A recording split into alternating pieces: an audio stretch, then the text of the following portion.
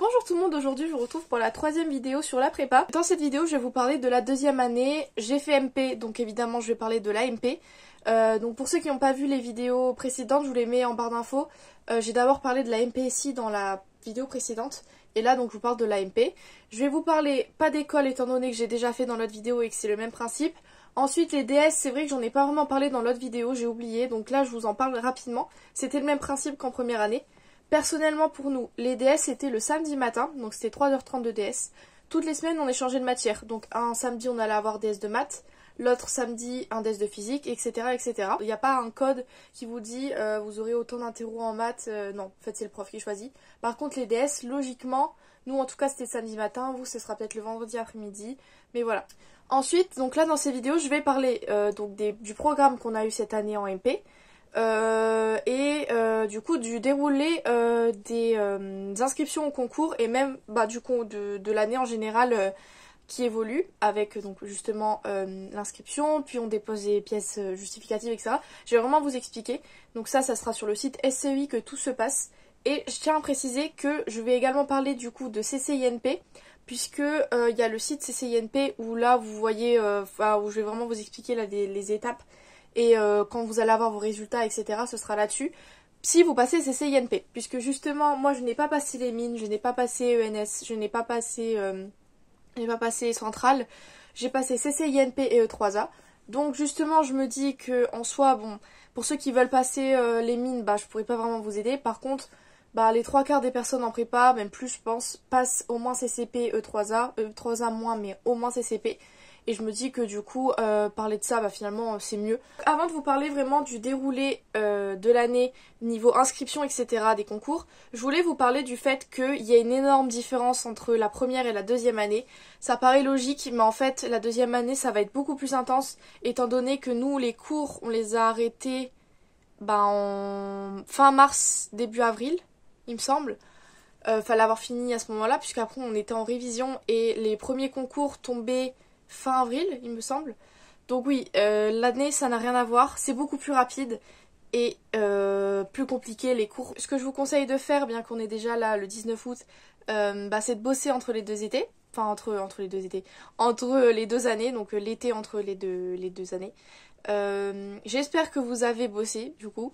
Moi, personnellement, notre prof nous avait envoyé plein d'exos à faire en maths et en physique. Il nous avait envoyé des exos plus un DM à rendre à la rentrée, et le jour de la rentrée on avait un DES de maths et un DES de physique, donc pour vous dire que si on bossait pas c'était un peu la merde. Alors SCEI du coup c'est ce logo là, donc c'est un site internet qui va vous suivre toute l'année et c'est là où vous allez vous inscrire. On va vous donner un numéro d'inscription, alors j'avoue que je sais plus exactement à quel moment on vous le donne, mais c'est au début d'année de toute façon.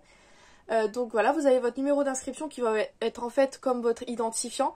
Et ensuite un mot de passe qu'au début on va vous donner et ensuite vous pourrez modifier. Donc une fois que vous serez connecté du coup sur le site, et c'est là où vous allez devoir mettre du coup votre identité, à quel moment vous avez eu le bac, votre mention bac. Là je lis vite fait. On vous demande du coup les coordonnées, l'état civil, et voilà à peu près tout ça, donc les trucs un peu basiques. Donc ça, moi je sais que ça devait être, voilà, signature de votre dossier, c'était du 10 décembre 2021 au 11 janvier. Donc vous aviez à peu près un mois, donc ça commence, en vrai ça commence en décembre. Je sais que nous en plus on avait eu le forum en décembre. Après moi je savais déjà dès le début que j'allais passer CCINP E3A. J'hésitais à passer les mines. Au final je n'ai pas passé les mines. Mais en fait c'est vrai que en fait il faut avoir choisi en janvier les concours que vous voulez passer, maximum. Une fois que vous avez mis vos informations, vous allez avoir la catégorie banque, concours et options. Donc là, en fait, au départ, vous allez choisir simplement quelle banque de concours vous allez passer. Donc banque CCINP, E3A, Polytech MP, c'est dans la même catégorie. Moi, j'étais boursière, donc ça, très très important, les concours sont payants. Alors, encore une fois, je ne vais pas trop vous parler des autres concours. Il me semble que l'ENS, que même XENS, c'est gratuit. Ensuite, Centrale, Mine, CCNP, E3A, c'est payant. Or, si vous êtes boursier, moi je sais que par exemple pour CCP, j'ai payé 0 €, donc j'ai pas du tout payé. Par contre, sur la banque E3A, c'est pas non plus payant si vous passez le concours Polytech. Par contre, si vous passez un autre concours, parce qu'en fait, si vous voulez, dans la banque E3A, il y avait 4 parties enfin en fait il y avait 4 concours ouais, différents. On passait les mêmes épreuves, hein, c'était pour E3A. Mais en fait vous pouvez choisir un concours particulier où là-dedans vous aurez des écoles particulières que vous allez devoir du coup chercher sur internet. Donc il y a le concours Polytech MP, le concours Avenir Prépa, concours Ingeniup et concours Puissance Alpha. Donc moi j'avais mis Puissance Alpha puisque en plus en fait, puisque j'avais regardé un peu les écoles et elles m'intéressaient. Je me suis grattée, c'est pour ça que je suis rouge, mais ça marque hyper vite, désolée. Et c'est là où j'ai dû payer 10 € en plus. Sinon si vous êtes boursier, logiquement vous payez rien, sur CCINP en tout cas. Et sauf si vous rajoutez des écoles à part. Je vous mets ici une image du coup exactement de ce que vous aurez. Et là en fait voilà, vous voyez qu'il y a d'autres écoles. Et il me semble que si on cochait une de ces écoles, à chaque fois il fallait quand même payer. Bon moi j'ai payé 10 € en tout. Sachant que comme je l'ai dit, j'ai mis Puissance Alpha. Et ensuite il y a d'autres concours un peu moins connus. Un peu moins connus. Je sais pas s'ils sont moins connus mais voilà. Donc il y a CESI, EPITA, IPSA et ESME. Donc ça pareil, c'est des concours que vous pouvez passer. On va dire au même rang que CCINP, etc. Mais c'est des épreuves à part. Et ensuite, même dans votre... parce que du coup, vous savez qu'on peut choisir des écoles sur dossier dans l'année. Il y en a plusieurs, il y a les UT, il y a les INSA. Et en fait, les INSA, ça se fait également sur SCEI. Vous devez choisir le domaine que vous préférez. Enfin, il y en a plusieurs. Et vous verrez, là, je vous mets une photo. Donc ça, c'est vraiment, là, une fois que vous allez être inscrit... en fait, là, ce sera les informations à remplir. Et là, vous aurez cette catégorie-là. Ensuite, donc, il y aura les informations diverses à remplir. Et ensuite, une fois que vous allez mettre toutes vos pièces justificatives, donc là, il y avait quoi? Il y avait, par exemple, si vous êtes boursier, il faut l'attestation du CRUZ. Enfin, je sais pas si ça s'appelle attestation, mais vous voyez ce que je veux dire. Ensuite, il fallait le carte d'identité. Et ensuite, la JDC. Après, bon, vous verrez, hein, de toute façon, vous le verrez et puis vos profs vous expliqueront, mais de toute façon, c'est écrit, hein, ce que vous avez besoin. Et ensuite, il faut attendre, bien sûr, il faut payer si jamais, voilà, vous avez pris des concours payants et voilà. Par contre, ensuite, vous devez attendre que votre dossier soit validé. Et une fois qu'il est validé, ce sera OK. Et là, ensuite, finalement, vous attendez. Parce que, oula, finalement, vous attendez puisque les concours, du coup, les écrits vont se dérouler logiquement en mai, voire avril, du coup.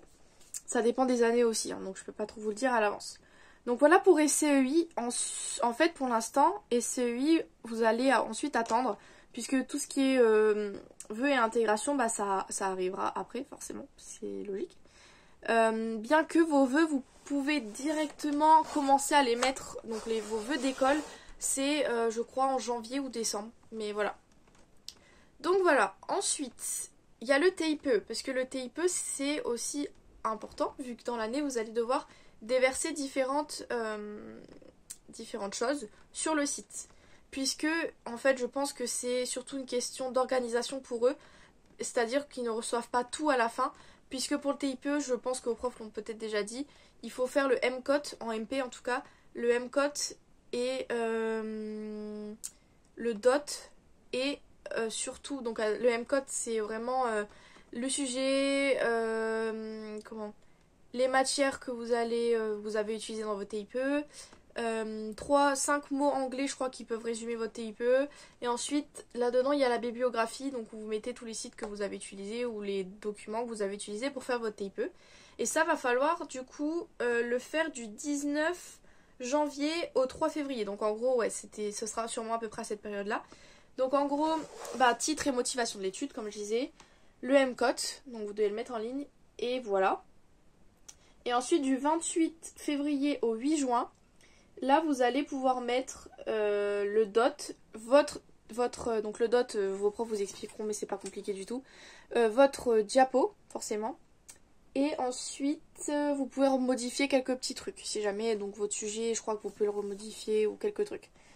Donc là, vous avez jusqu'au 8 juin. Donc ça, ça se fait du coup sur... alors je sais qu'il faut aller... Moi, je sais qu'on y est allé sur CCP. Et en allant dans votre dossier, il y avait une catégorie livrable TIPE. Une fois que vous cliquez dessus, en fait, ça vous met sur le SCEI. Pareil, vous vous connectez et c'est là où on vous explique les différentes étapes. Vous allez mettre du coup votre... je me décale encore. Votre TIPE et chaque étape, quoi. Voilà. Ensuite, donc votre TIPE, c'est à peu près tout. Donc en fait, c'est ça, votre TIPE, j'en parlerai dans une autre vidéo où je vous parlerai uniquement du TIPE. Où en fait, une fois que vous l'aurez mis en ligne votre diapo, vous pourrez plus modifier. Et une fois que vous passerez l'oral, donc environ un mois après, donc là après la fin, puisque juillet juin c'était un mois après, vous aurez, moi j'ai passé mes oraux début juillet, vous aurez directement, vous allez rentrer dans la salle et votre diapo sera déjà mis au tableau. Donc troisième étape, la convocation aux écrits.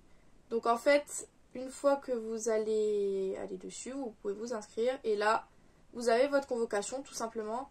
Donc la convocation, je sais que nous, en fait je sais plus, c'était pas longtemps avant les écrits. En fait, je pense qu'on y était peut-être déjà mais qu'on ne le savait pas. En général, peut-être 2 semaines avant, je dirais, vous pouvez la télécharger avant de passer vos écrits. Donc voilà, simplement. Ensuite, bah, y a les résultats d'admissibilité. Donc on a passé, moi perso, j'ai passé mes concours le 8 mai.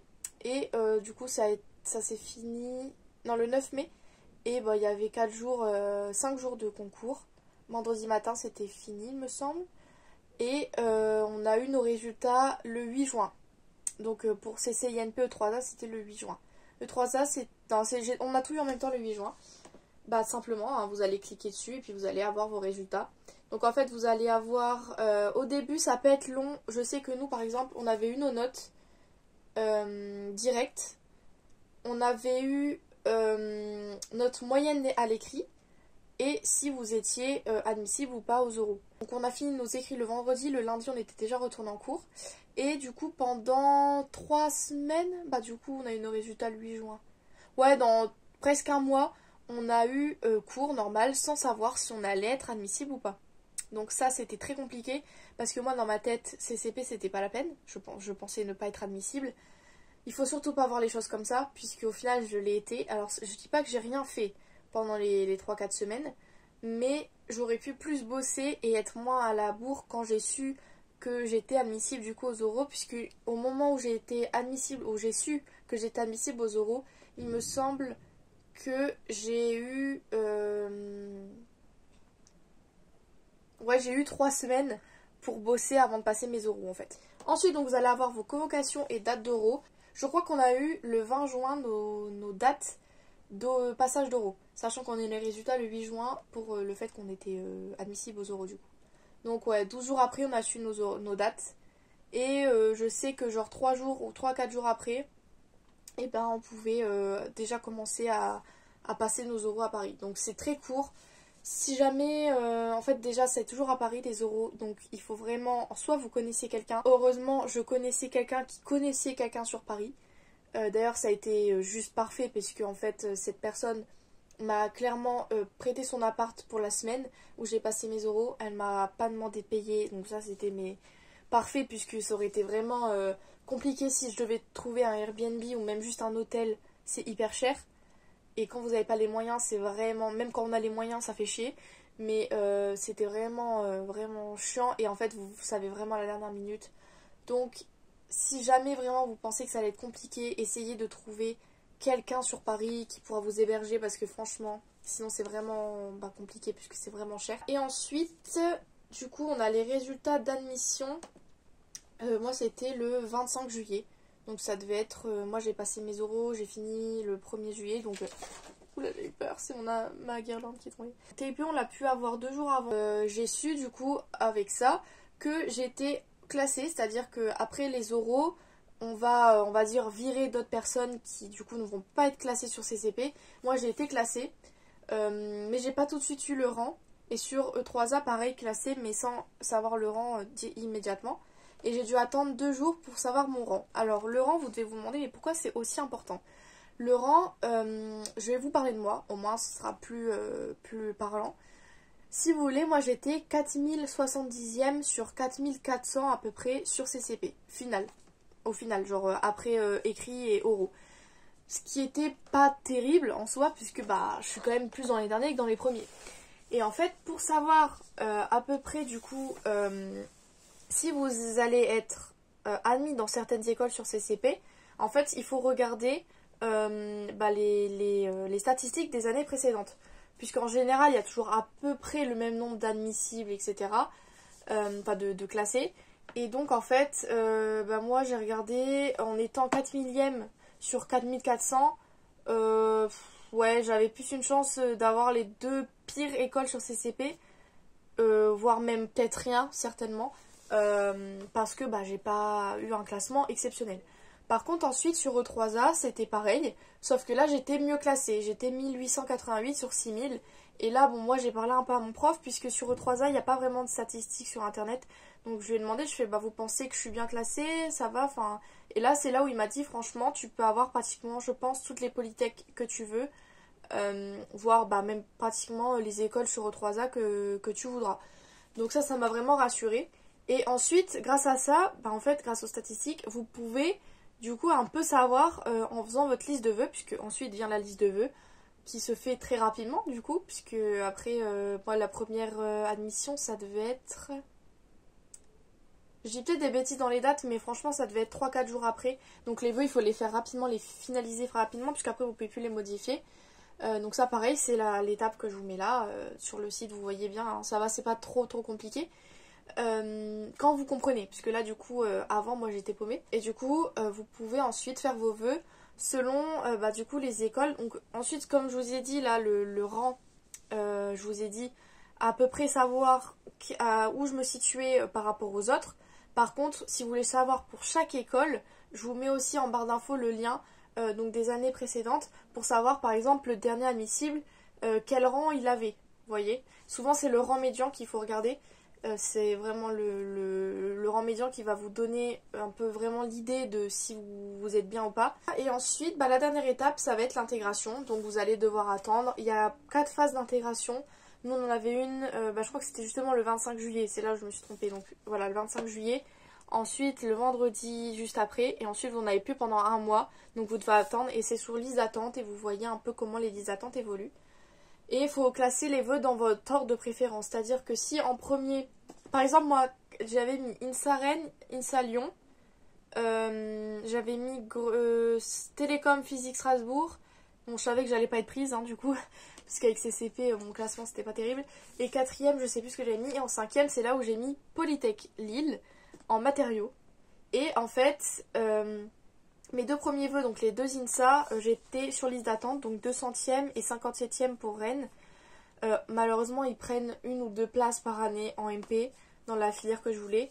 Donc je me suis vite rendue à l'évidence que ce n'était pas la peine. Et ensuite, j'ai pas été direct prise du coup dans mes 3e et 4e vœux, donc sur les deux écoles que j'avais mis de CCP. Et en 5e, j'avais mis donc Polytech Lille en matériaux. Et là, j'ai été acceptée directement. C'est-à-dire que tous les vœux que j'avais mis en dessous ont direct été virés finalement. Puisque en fait, ils prennent vraiment votre vœu principal. Si vous êtes pris, tout le reste est annulé. Donc là, bon, j'avais les deux en liste d'attente, les deux annulés. Et la 5e, Polytech Lille. Et soit j'attendais le vendredi, donc 4 jours après, voir comment ma liste d'attente évoluait sur les INSA, ou alors j'acceptais directement Polytech Lille, puisque du coup j'ai été directement acceptée à Polytech Lille, et finalement j'ai choisi Polytech Lille. Donc c'est l'école que je voulais principalement. C'est juste que j'avais mis les 4 avant, parce que c'était des écoles, on va dire, plus compliquées à avoir, et même plus compliquées à avoir selon mes résultats aussi, surtout. Et du coup je voulais voir un peu ce que ça allait donner. Mais je savais très clairement que j'allais pas être prise directement dans les 4 premières, c'est pour ça. Et Polytech Lille, franchement, elle me disait vraiment bien. Et du coup, c'est là où je vais l'année prochaine. Donc là, j'ai trouvé mon appart hier. Un appart résidence étudiante. Je suis vraiment trop contente. Et du coup, voilà, je rentre là le 6 septembre. Donc voilà. En tout cas, voilà pour le déroulé de l'année. Je vous ai en même temps un peu donné des conseils. J'espère que ça vous aidera, puisque c'est vraiment important de le comprendre. Mais après, vos profs vous expliqueront, il n'y aura pas de soucis, vous inquiétez vraiment pas, vous allez comprendre. Et voilà. Donc maintenant, j'hésite à vous parler du coup des chapitres qu'on a dans l'année. En soi, en maths, on a quand même plutôt les mêmes qu'en première année. Certaines en plus, enfin certains chapitres en plus. Mais sinon, en soi, c'est vrai que c'est plus poussé à chaque fois. Mais ça reste à peu près les mêmes. Du français en attendant. Français, en fait c'est pareil, ça se passe exactement de la même façon, juste c'était pas le même thème. Anglais, pareil. Ensuite, SI, pareil. Les chapitres changent un peu, mais ça reste vraiment la même chose, je trouve. Info, à peu près pareil aussi. Donc en soi, je vais vraiment juste vous parler de la physique et des maths. Donc il y a vraiment ce qui change beaucoup, c'est la physique, je trouve. Donc pour les maths. Du coup, ensuite, qu'est-ce que j'ai d'autre à dire sur la deuxième année avant de vous parler rapidement des chapitres? Ça passe très vite, la deuxième année passe très très très vite. Il faut vraiment donner le meilleur de vous-même à chaque fois. Et si j'ai un conseil à vous donner, c'est de ne jamais croire que vous n'allez pas être pris, par exemple, quelque part. Il faut toujours avoir l'espoir en fait. Donc voilà. Et surtout, dites-vous que en fait le truc qui est long, c'est qu'à chaque fois, il faut attendre. Vous attendez, vous passez vos écrits, vous avez un mois à bosser chez vous. Enfin nous en tout cas c'était à peu près un mois pour bosser chez nous. Vous en pouvez plus, mais après vous passez les écrits, vous devez attendre un mois avant de savoir si vous êtes admissible. Ensuite vous passez les oraux, vous devez attendre les résultats des oraux. Après vous devez mettre vos vœux, attendre les résultats de vos vœux. C'est vraiment hyper long. Il faut vraiment être accroché toute l'année. Mais je vous jure qu'après, une fois que c'est fini, et ben c'est...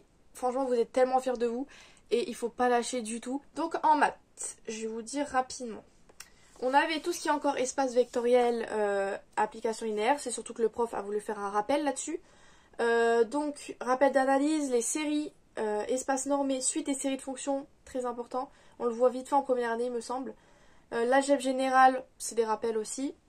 Les fonctions convexes, ça, je pense que vous le faites maintenant en terminale. Mais là, du coup, nous, on le fait en deuxième année. Sachant que les programmes changent un petit peu en prépa, là. Donc, faites pas trop attention à ce que je dis à chaque fois. Mais normalement, c'est à peu près pareil, il me semble. Intégrale généralisée, famille sommable, fonction définie par une intégrale. Réduction et polynôme caractéristique, ça, vous allez le voir énormément. Et ça, on le voit pas en première année. Espace probabilisé, série entière, topologie. Très chiant la topo. Je pense qu'il n'y a pas grand monde même, en tout cas en prépa. Fonction vectorielle, calcul diff, équadif, réduction et polynôme annulateur. Voilà, à peu près pour les maths, il y a beaucoup de choses, mais voilà. Ensuite, en physique, il y a beaucoup de choses également. En physique, comme je vous ai dit, vous n'allez pas énormément refaire de chimie de base, on va dire, de choses vraiment basiques. Par contre, vous allez faire du coup... attendez.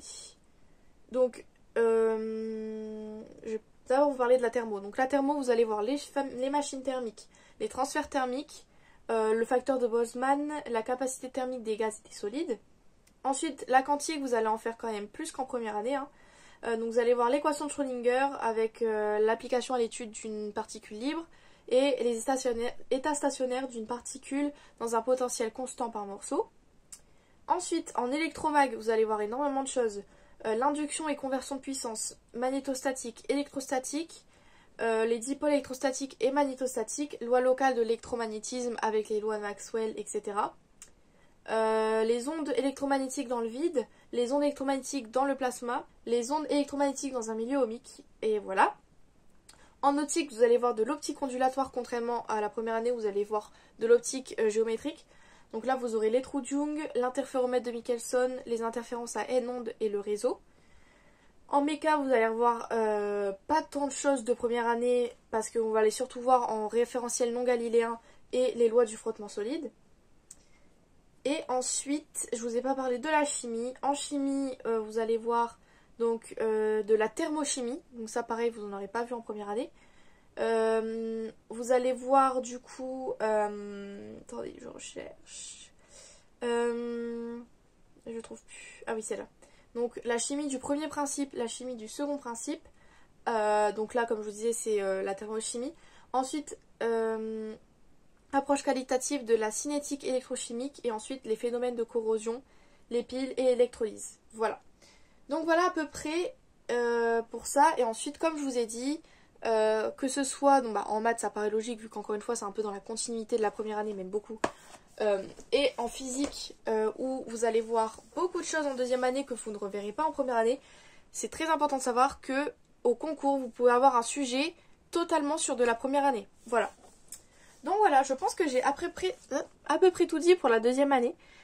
Si jamais vous avez des questions, dites-le moi en commentaire. Mais voilà, donc j'espère que cette vidéo vous aura plu, qu'elle était assez complète pour vous. Encore une fois, vous avez des questions, vous me posez, il n'y a pas de souci. Donc voilà, à bientôt pour une prochaine vidéo.